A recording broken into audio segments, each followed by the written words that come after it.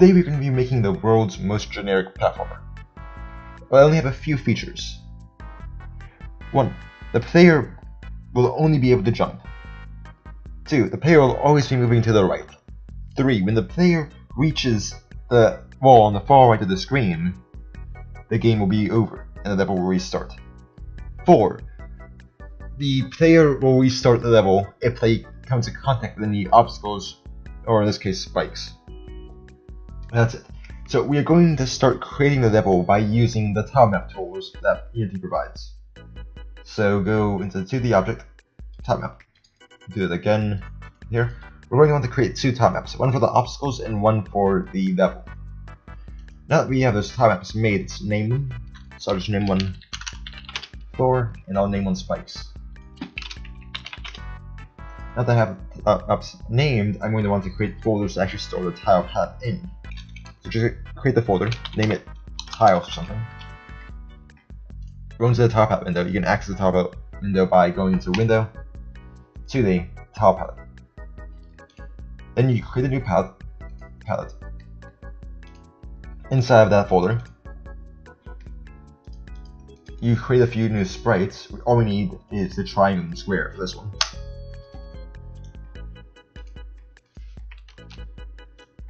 And make sure this triangle has a custom center, so down the bottom right. Add 2, 3 in pixels. This will ensure that when it's dragged into the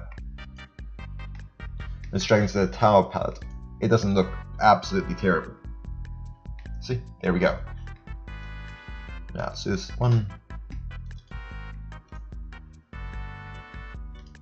And now make sure your active tile map is the floor tile map. Just like this, and make it. I'm going to do a very simple very simple level. Now you're wondering, hey, isn't that a bit too simplistic? No, it is not. If you want level design, I am sure there's a 1,021 different level design tutorials on YouTube. Just look one up. Please, thank you. And now that we have that, let's make the spikes. But before we do that, make sure the floor is easily distinguishable by just making it black. Let's add spikes.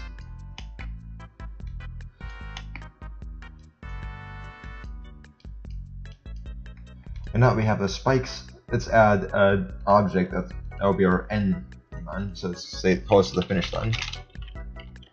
And let's quite literally make it a line, make it bright red, move it here, expand its Y, move it back up, shrink it back down,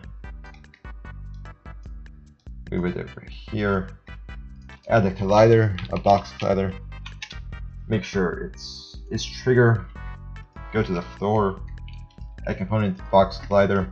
The reason why I want to do a box collider instead of a tile map collider is because tile map colliders just generate a separate collider for each individual tile.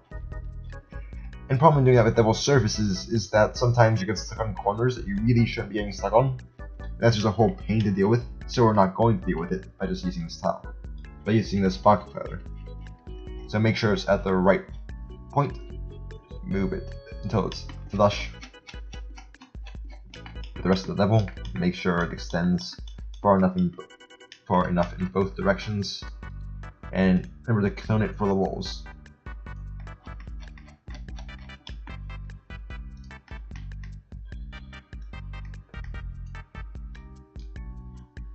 Clone it for the walls, and here we go. Let's zoom back in. Move this there. And the same for the last wall.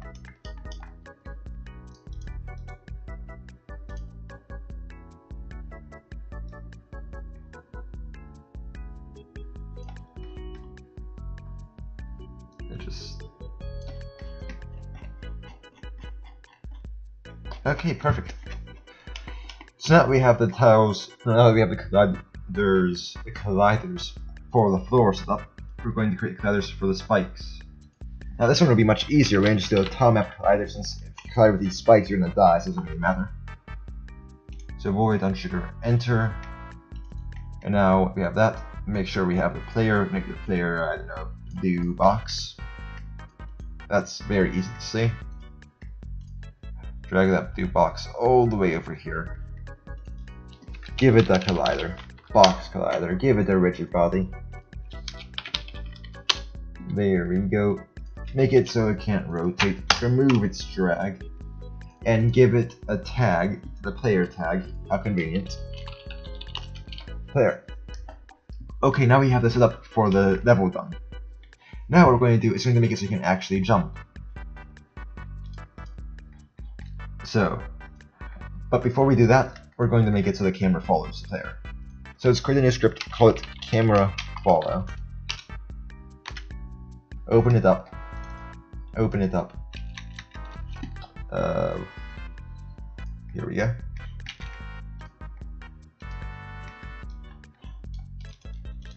Now, so this will need a few variables. One, a speed variable, so you know how fast the camera is going to be moving towards the player. Two, an offset variable, so we know how far away the camera is going to remain from the player. And three, a transform variable, so we know where the player is. Oh yeah, the reason why this is effective instead of effective 2, even though it's a 2D game, is because there is a minimum Z distance that the camera has to be away from the objects, from the sprites shown, from the actually rendered. So if you go closer than the near clipping plane, you won't be able to see anything. So you want to keep everything at least 0.3 units away from that clipping plane. Away from that clipping plane. My bad. So we can just completely remove this function. Now in this one, it's very simple. What we're going to do is transform dot position is equal to vector3 dot lerp, linear interpolation is what that stands for. Transform dot position offset plus player transform dot position at speed times time dot delta time. Now semicolon. There you go. You can't see it. Now I'll explain this. So this is going to move this coordinate or generate a coordinate in between this point and this point. That's at this percentage of the distance in between them. So speed would be like, I don't know, 5. So and time dot delta time is rated from the manual, the time in seconds it took to complete the last frame. So this is the time between frames, and this will prevent you from going at like Mach speed towards the player if you have a very, very fast computer. Because if it's at 3000 FPS, it won't look like it's a smooth transition. It would just look like the camera is fixed to the player if you don't have this time at the time. Okay, now that we have that, let's continue by making the player movement script. By making the player movement script. Okay, there we go. I can't speak English today. Okay, so now that we have this player movement script, what we're going to do is give it a few values. One, jump force. This thing needs to be able to jump, and needs to be able to jump high. So let's just do jump force. Two, slide speed. It's always going to be moving to the right, but we need to define how far, or rather, how fast it's going to be moving to the right. So just name this jump speed. Not jump speed, my bad. Slide speed. 3. A reference to its local rigid body. So the rigid body 2D, since this is a 2D game, it uses 2D physics, which require 2D physics components, which means the rigid body 2D. Just name this RB2D and assign it in the start method using getComponent, which, as I'm sure you've heard me say before, gives you the first value of type rigid body 2D. Well, of the type that you pass in by passing in rigid body 2D, so it'll give me the first value of type, or the first component of type rigid body 2D on the game object. Okay, now that we have that, let's do one more thing. We need to be able to make sure to check to see if the player's on the ground.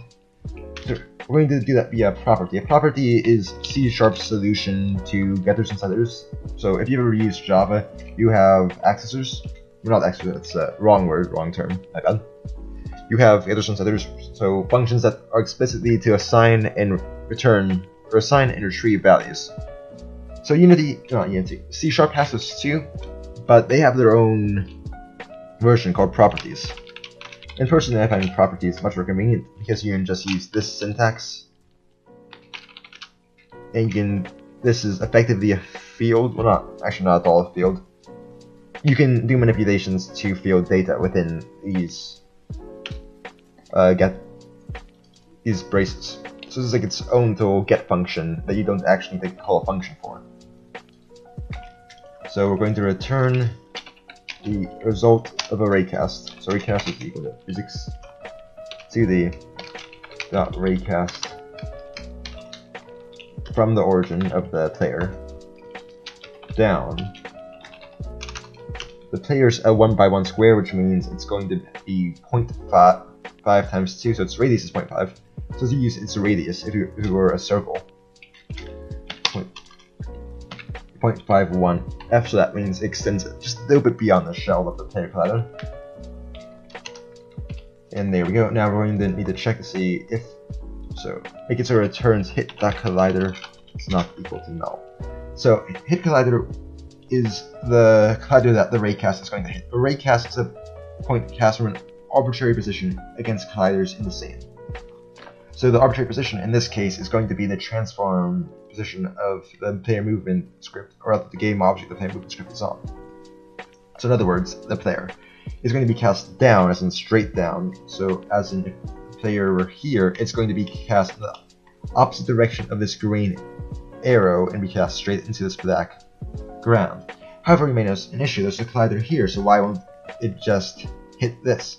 Well, you see, it is going to hit that unless we disable one small thing. So we can go into Edit, Project Settings, Physics 2D, and disable Queries Starting Colliders. I apparently already have it disabled, but make sure you uncheck this. It has to be unchecked.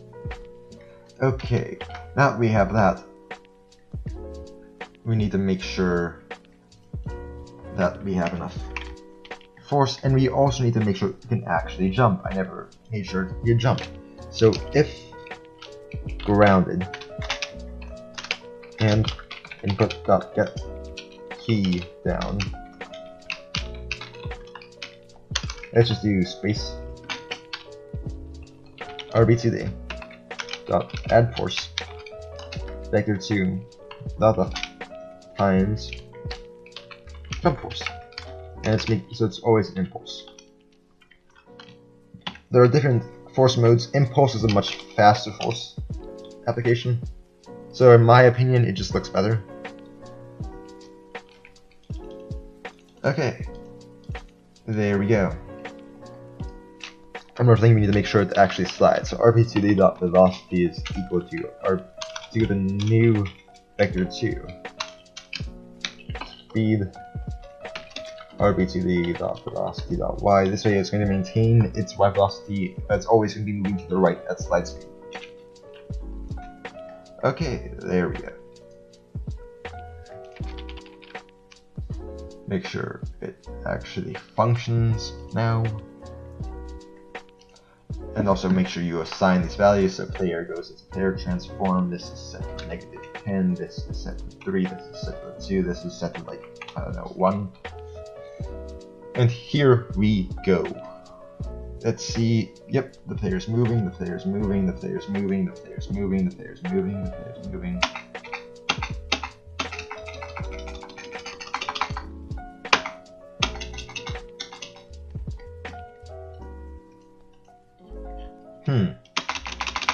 I notice an issue. We can't really seem to jump that high. Or at all. So let's change this to like 50. And see, can we jump at all? Possibly not. And let's fix that. So let's change this to 1. Not 0.1. Just 1f. And let's make it so there's a filter on what this can actually hit by adding in a layer mask. Layer masks are how Unity actually handles collisions. So just do layer mask around layers and path it in there. Okay, there we go. It's also how Unity handles rendering. It should be a bit of a pain, as there's only 32 layers you can use. And you're going to need to create your own custom ground layer by just going into the layer menu and add layer, just add one called ground right here. As I told you earlier in the video, this is not my first take, which is why I already have this. Okay, so now we have that, and we have this, and we have this, and now we need to assign this to this, and make this like 50, and make this like 8. And make this like 3, make this like 3 also, and make this like 5. Let's see how it goes. Okay, as you can see, we can jump. Oh wow, can we jump? Like, we have got some mad hops. We need less mad hops. Like, significantly less mad hops.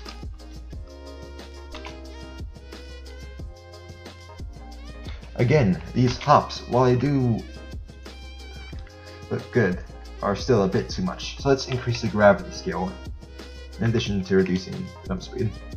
And let's also increase this, and let's make the main camera just a bit larger. And let's increase the offset to 6.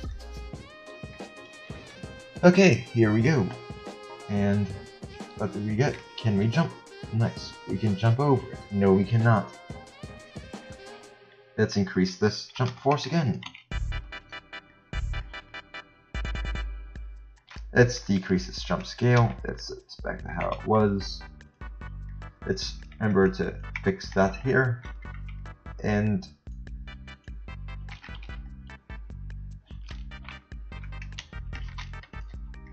change that to that. There's too much negative space on the top of the screen anyways, and here we go. Jump.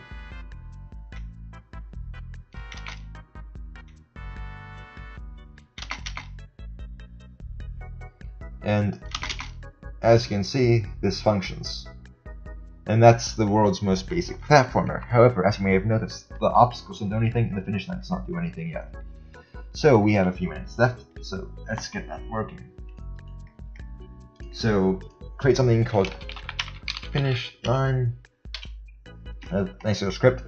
Again, this is going to be using the public void on trigger enter to the function that I told you about earlier. We're going to be importing the Unity engine.scene management namespace. We're going to check if the collision, or if the collider that's colliding this trigger zone, or has entered this trigger zone,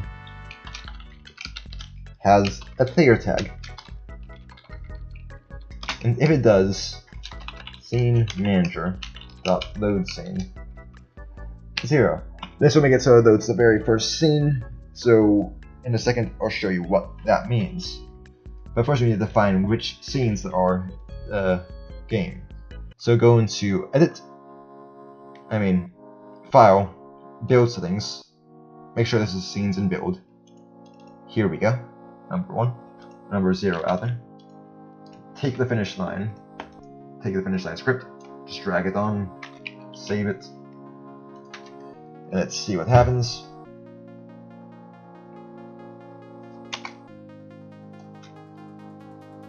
And wow, you should look at that. You can jump over spikes. And now that you reach the end, congratulations. You start from the beginning. And now let's do a nice little sneaky little trick, and you're going to do the exact same thing but on the spikes. Just drag the finish line component onto the spikes, and nobody will know a thing. Okay, so that's everything. Have a good day.